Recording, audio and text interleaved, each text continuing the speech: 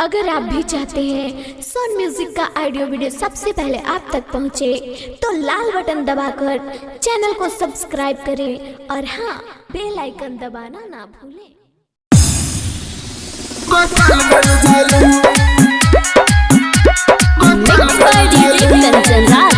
हाजीपुर वैशाली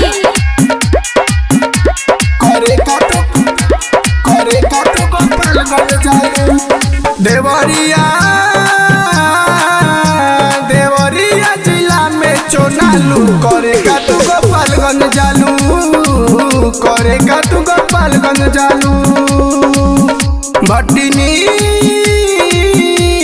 भटनी में रोज भेटालू करेगा तू गोपालगंज जालू, करेगा तू गोपालगंज जालू।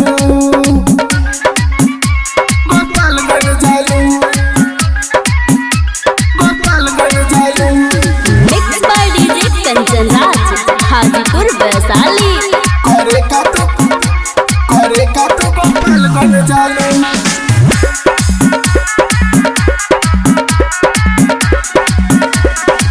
देखी के तोहर जवानी लइका भइल पानी पानी, टेंशन में हम जियतानी, सच्चे कहतानी रानी, सच्चे कहतानी रानी।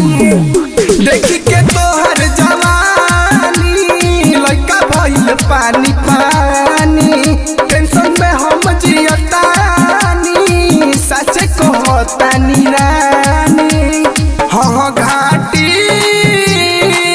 घाटी बाजार में भेटालू करेगा तू गोपालगंज जालू, करेगा तू गोपालगंज जालू,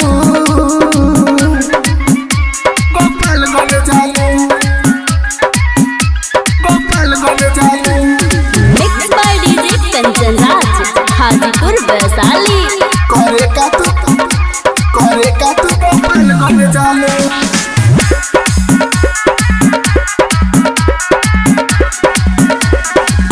देवरिया सिवान जिला छापारा टच करे पारा पारी, अजय और निकी विशाल में रोज होखे मारा मारी, होखे मारा मारी।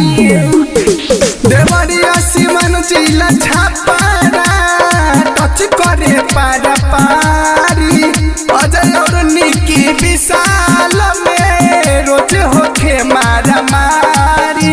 अरे अजय